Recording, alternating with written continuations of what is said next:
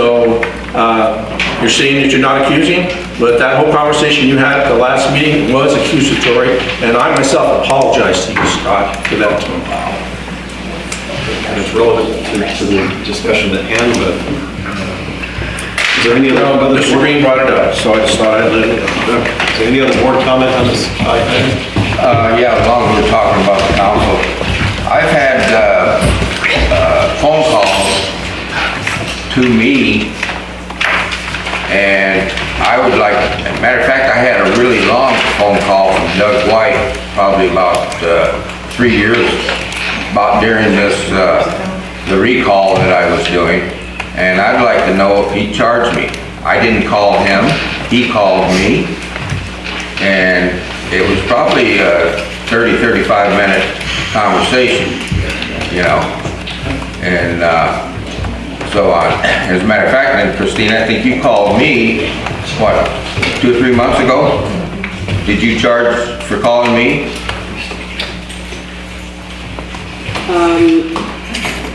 Probably. I don't recall the conversation. If you want to give me a date or some context, I could tell you.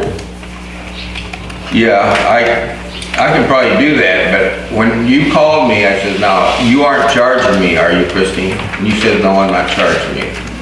Well, then I didn't charge you. Well, so, but like I said, I don't know if Doug charged me. He called me and was trying to say that I shouldn't be doing, I wasn't even on the board. He called me and said that I shouldn't be, you know, doing a recall or something. And I said, well, I highly doubt that, but if you've Well- got some kind of a date and the board agrees that they want us to look and see if Doug charged you at that time for that, I mean, if your goal is to not spend legal funds, you really aren't reaching it at this point. well, I know, but that's what I'm saying. I have never called anybody on the council, but I've been called myself. I've been called by you, and I've been called by Doug White. And I just want to know if you make a phone call to anybody in the district, anybody on the board, are you charging? You should have that in your accounting. If I charge you for a call, it's in the billing. Well, look it up and see if you did. I'm not going to look anything up unless I get a consensus of the board to tell me to spend my time on. I'm just saying that. We're off topic. The matter at hand is, are we interested in any additional information to this item in the general manager's report? I am. No. So we have 2 that are in favor, but we are not clear on what that is. What information? What the $13,000 was spent on, why? Is this something that you can show, Kelly? You have access to all this where you can actually show documentation or the billing statement to Director Green? I can show any of the directors, any of the invoicing. Director Smiley, whoever, you have statements, obviously, correct? We have billing invoices that I'd be more than happy to share with the board. If you want to come down, I'd be happy to show them to you. If you find something that piques your interest, I'd be more than happy to dig into that particular thing a little bit more. I just want to know what that $13,000. That $13,000 was over a long period. I know, but what was it for? What was it for? It's a simple question. They billed us for it, they can tell us. And they shouldn't be charging us to tell us what they billed us for. What was the service they provided? It's not rocket science. It's $13,000 that shouldn't have been spent, in my opinion, but I don't know exactly what it was spent on, so I can't say that. But I'd like to know, so we can prevent it from happening again. Yeah. So I'm putting it in their court, not yours. Okay, well, we need a consensus of the board to direct her to do that. You got 2 so far. What would you like? I would like to hear additional information from council on what it was spent on. And I don't want to spend a lot of money doing it. that they shouldn't charge us for it at all. I agree. But they are running a business. So I'm gonna gather this information, and when I bring it back, the first thing you're going to have to do, without knowing what that information is waive the attorney-client privilege, because it will be attorney-client privileged information. Okay. So, just so you know, just so you're all prepared to make that vote at the next meeting. I don't know why or who asked for what it is that I'm gonna find, and I'll bring it to Kelly first, and probably, just so you know, talk to Ashley about it first as well. Is it something that we could opt to hear in closed session instead? Yeah, that would I probably. just don't, there's nothing for you to put in closed session for this, because there isn't potential, any safe harbor that this would fall under. Okay. If you want to look at it individually, she could provide it to me and I could provide it to you at my office. Okay. And then we can keep the confidentiality. Actually, Yes. you can get the same information by going down to the district, and he can show you the records without going through the lawyer and have her charge us for time. It's ridiculous. Why don't you go down there and have them produce the records and look at it? A billing statement's not gonna tell us. It's gonna say the same thing this says. So we do have a consensus to gather more information. So as long as we still have that consensus, then she can gather the information. She'll provide it to me, and you guys can come down and take a look at it. If you guys decide you want to do something more after that, then we can agendize something after that. But being that we've talked about this for almost 30 minutes now, Well, 20 minutes, 13 grand. we should take public comment. So Let's go. Yeah. We have any public comment on this item? General manager's report. I completely agree with you guys. You should want to know what you're spending your money on. And I don't think that you should have to go down to his office. I don't understand why he can't just email it to you or send it to you. You know, I mean, it just seems like, I don't know. There just seems to be some, this is my first time here at a board meeting, and I'm just getting like a little bit of some bad vibes on here when we should all be constituents and be working together for the better of San Miguel rather than nitpicking. And I completely agree that there should not ever be a waste of funds. And we should have accountability for what the funds are being spent on, and it should be open, and we have a right to know what our taxpayer money is going on to. So I think people need to be doing their job vigilantly and taking the time to go back in time and figure out what we're doing, because it sets a precedent for the future. So this does not happen again. It's negligence, so I agree with you. Thank you. Is it Maria? Yes. Okay, when you come up to speak, just state your name next time, okay? I'm sorry. Thank you. No, it's fine, I just need to do minutes on it. Do we have additional public comments?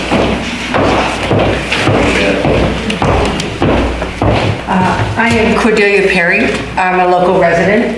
And the last time I was in front of any of you was when we fought the first water hike, which I vehemently fought for the rate increases. But I walked in tonight and you guys are sitting here discussing money that was spent in 2021. It is now 2025. And if anyone had issue with it, it should have been brought to the attention of the community in 2022 at the latest. You don't wait 4 years to now go on a witch hunt. If you want to see the bills, go down to his office, ask him to produce the papers. If you deal with an attorney, trust me, they clearly state what they bill you for. And you don't need to spend another $13,000 talking to the attorney when a little time spent at his office, and oh my God, you may have to give up a few more hours of volunteer time, read the documents if it's really that important to you. We are a small community, and we don't need you spending another $13,000 for something that was apparently approved when it went before the board in 2021. So if it's truly, I just walked in here and I haven't been here for 6 years. It was a witch hunt. I stay away from here because it's a witch hunt. So if you really want to know what the money was spent on, sit before him, ask for the documentation, review it, and then address the issue. If there was truly a crime, then by all means, prosecute. But if there was not, and a board approved that $13,000, because council is not cheap, they charge you at least $500 an hour, And they bill you for every email, and they bill you for every phone call. Even if you think you're friends with your attorney, they are here to protect us as a community. And for you guys to sit here and want to spend another $13,000 on a witch hunt, I'm sorry, that's wrong. So go dig out the paperwork and review it. Thank you. Mr. Gressinger said we did not want to spend this. Do we have any additional public comment on this item?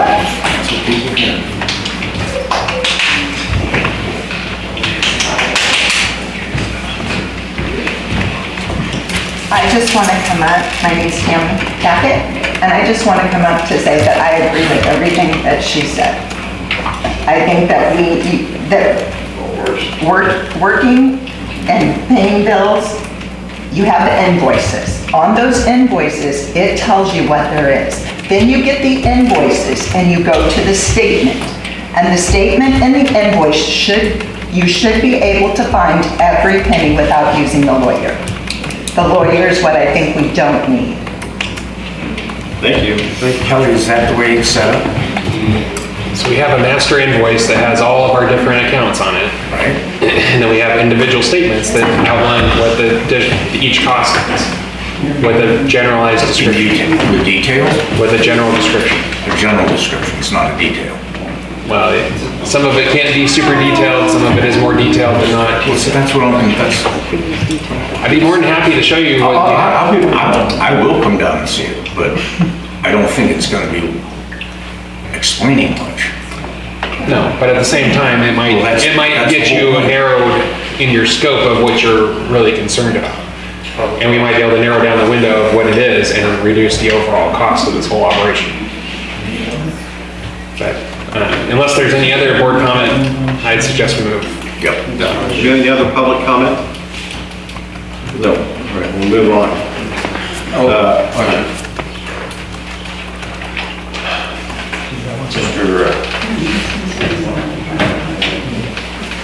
You guys have wasted almost an hour on this bullshit.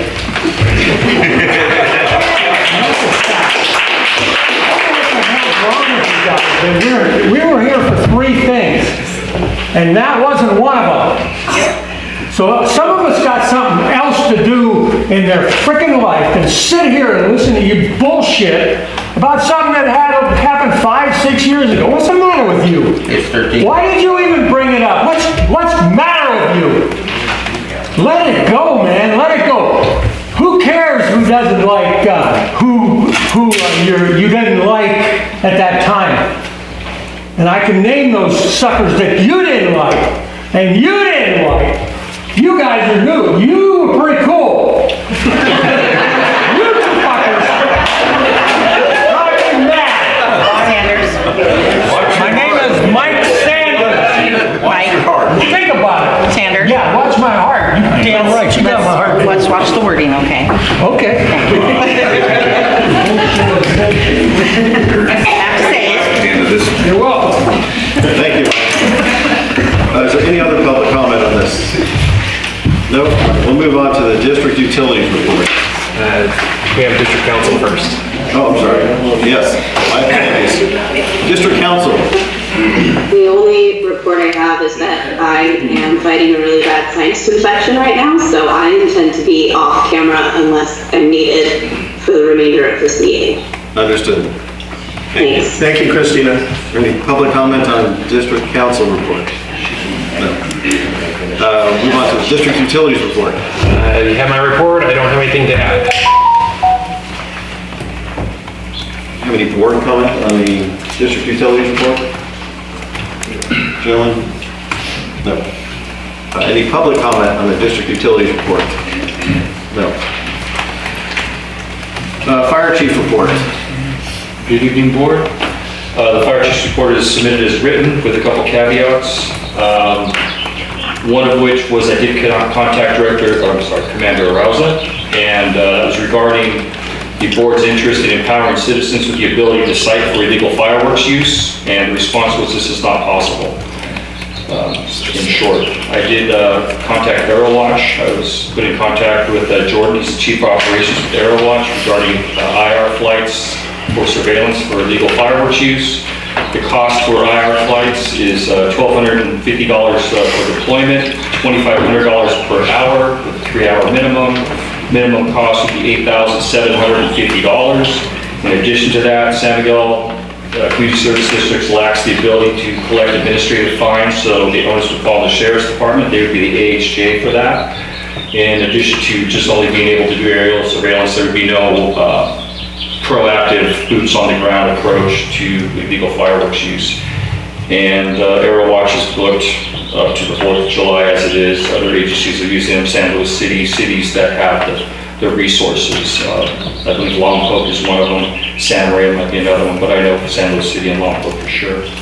And social media had some questions regarding our response times, and if it's always in my reports. On this particular report, the fire chief's report, page 17 and 18, details the time of dispatch is always indicated as 0 because we do not have our own dispatch, but the response time is the next time. That's usually between 2 to 4 minutes, and on-scene time varies. So those response times are detailed in that report, and on page 18 you'll find out the number of responders per call on an average. So that should answer any questions. That's always a constant in my reports. So if anybody has any questions regarding our service, they can merely look at the fire chief's reports and find out the answers. Thank you. I appreciate you looking into the illegal fireworks. So I guess what it leaves us as a quandary is, how do we mitigate the illegal fireworks? Do we need to write an ordinance so it can be enforced? What avenues do we have to stop the madness? I mean, it's out of control. We have the state law, and we have county law, and we have our local ordinance.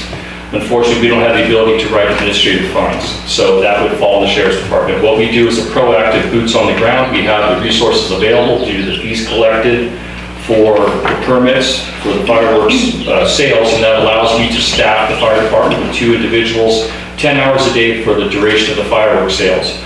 During the sales duration and during especially the use duration, we put a boots on the ground approach. We proactively approach citizens who are using illegal fireworks, and in a manner that is not disruptive or destructive or harmful, we ask them if those illegal fireworks belong to them.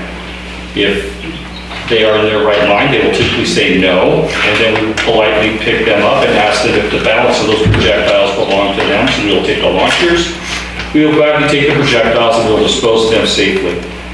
As you know, last year we were able to take 100 launchers off the streets of San Miguel and well over 100 projectiles, which all were disposed of. Years past, we've done the same thing, I just didn't advertise it. But last year I felt it was important for everybody to know that we do have a proactive approach to illegal fireworks use. Commander Rauza may or may not be able to provide us additional staffing. I can't speak for her. I would know the Sheriff's Department is spread very thin, and they have very limited resources, and call for services are throughout the county. So having somebody dedicated to San Miguel is probably a stretch. But what we do, if we did nothing, it would be a lot more vibrant in town. Understood. Any other board comment on the fire chief's report? I have one. Okay.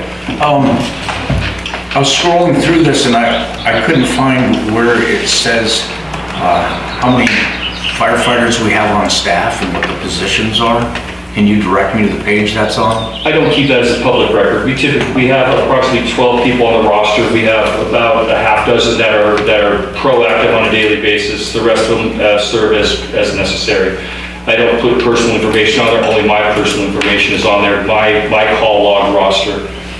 So you'll see my daily report. My daily report log is full, and that's been a constant since 2018. Yeah, I wasn't asking for any personal information, just how many people we had on staff, that's all.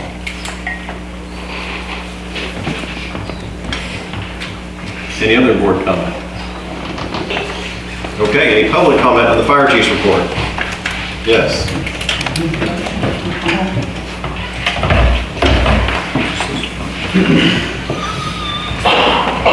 My name is Mickey Lansadell Sanders. And I am currently a member of this community. I am very much concerned, and I want to bring this point up here in response to what I understand is kind of a planned intention that has been discussed among board members. With regard to the fire department, first of all, I want to give them 100% credit for everything that they do for this community. Thank you.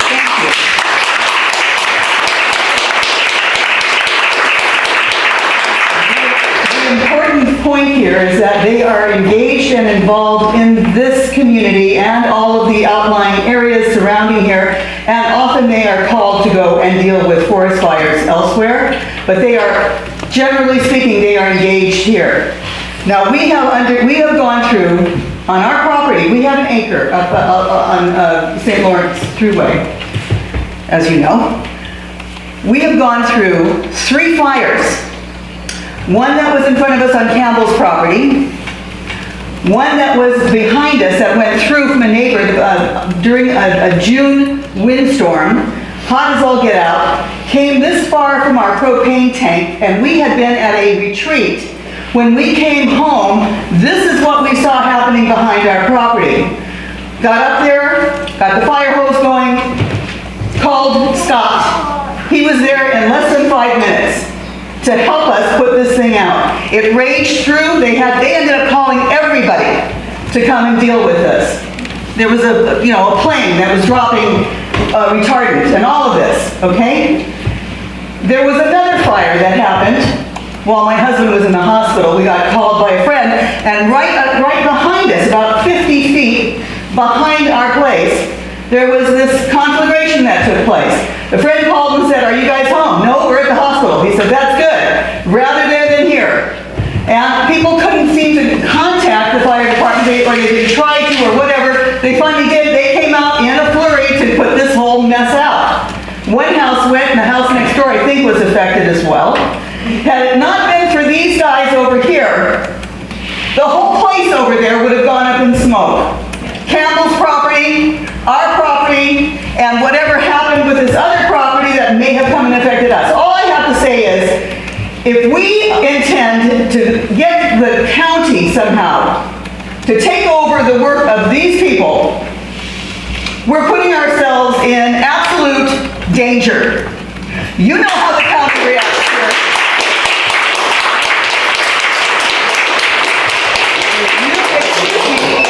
You know how the county reacts here. This group of people needs to stay where they are and help us and ensure that this community is not endangered. I'm just saying, Thank you. you start peeling things away, and pretty soon, this kind of service goes. Thank you. Thank you.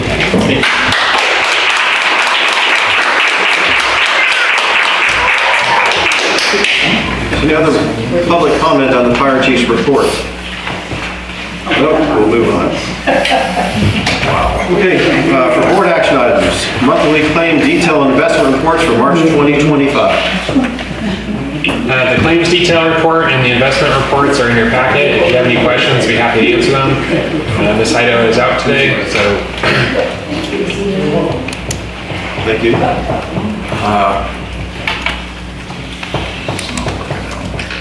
You have some board comment, gentlemen? Well, I had a question for me on page 54. It's 48. Well, it goes 24 to 48. Monthly claim detail. What You talking page? about the budget, maybe? 54. If all else fails. Let me go back to this. If this isn't gonna work. It was regarding Johnson. Oh, you can speak about that. I don't know if you guys can address that or not. Well, it was an amount of money.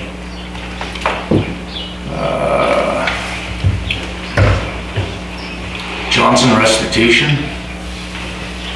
Are you looking at the budget or at the claim detail? I'm looking at page 54. Then that's gonna be the budget. Next item. Sorry, We did receive some money I'm though. back in it. Okay. Anyone else on the board have any comments, questions? Okay, do we have any public comment on this item? Nope, all right. Back to the board. Any action? Just consensus to receive and file. Everybody? Yes. Yes. Davis? Yes. Okay. Thank you. Okay, moving on to board action item number 2. Draft fiscal year 2025-2026 district operations and maintenance, O&M budget, and capital improvement project budget. So this item does come to the board annually. This is the first draft of the fiscal year 2025-26 operation and maintenance and project budget. As is the case every year, all revenue and expenditures are reviewed from the current year and prior years to help develop the future year budget. The new budget would go into effect July 1st. This is just the first step in this process. On the revenue, all property taxes are estimates based on the county projections. It's not something that we make up, it's something that they provide to us based on their current receipt and what's projected. I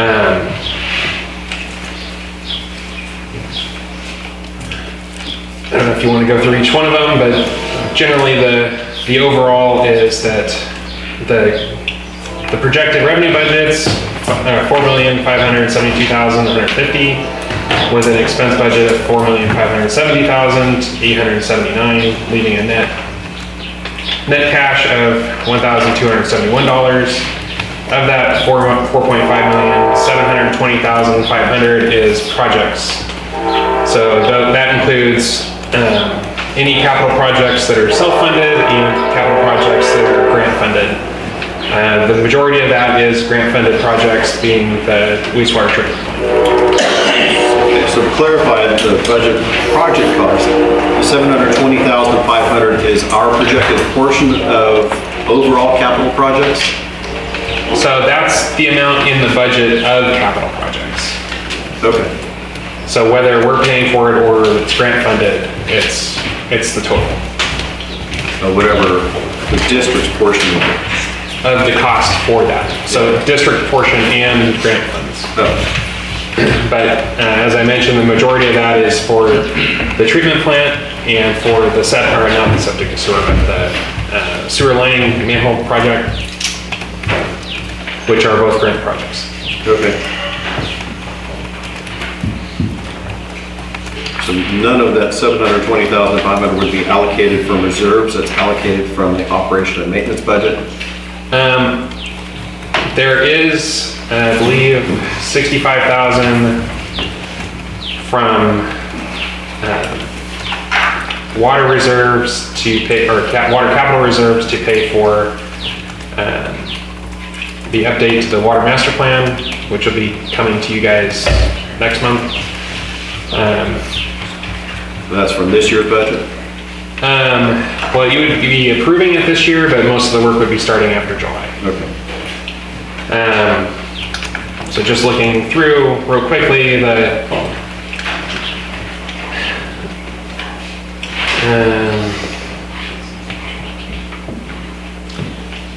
there is a transfer. So there's $400,000 in grants. There's $600,000, or in wastewater, there's $400,000 in grants. There's $600,000 transferred from capital to cover some of the costs for the treatment plant preemptively, but that would be transferred to grants once the grant is approved for the construction side of it. On water, it is $65,000 transferred from capital reserve for the for the master plan, excuse me. And that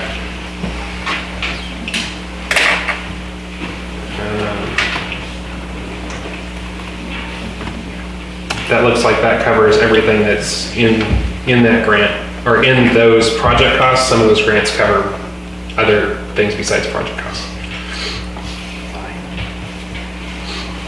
Okay. And for lighting, I see we have budgeted project cost of $0. we not have any project or improvements based on lighting? There's nothing that's determined at this point. Next month, there will be an item coming to the board for a lighting project. If that goes through, then this would be amended to include that cost. Okay.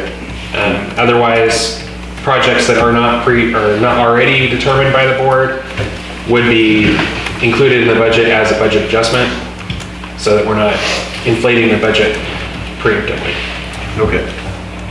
And does that fall underneath the budgeted revenue, or would it utilize capital money as well? Or So the lighting project would have a budget adjustment to revenue and to expense. So that there would be an increase to transfers from capital to pay for the project, and then an increase to the expense line for the construction of the project. Okay. Other board comment or questions?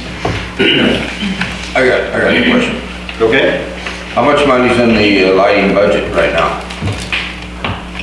Revenue or expense? Well, revenue. If you-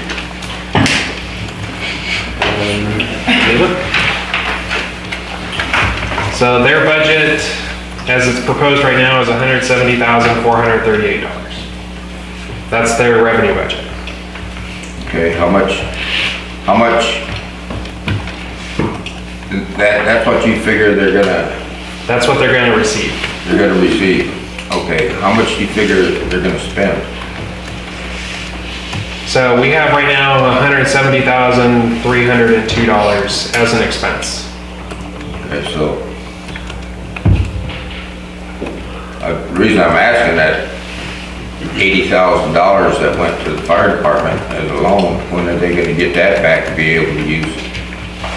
$10,500 annually. Yeah, So that money is budgeted in the fire budget as a payment to lighting, which goes back to capital. all right, So that reimbursement is not really revenue or an expense. It's not new money, it's repayment of existing money. all right, thanks. Under lighting, what do the budgeted expenses usually cover? What do we pay for from lighting? So lighting pays for a portion of salaries for almost all positions. It pays for a portion of all the regular expenses like lighting, or like PG&E, gas, trash. Actually, I don't think they pay trash, but, so they pay for a proportional share of regular costs. Okay. Bring something to cover that window next time.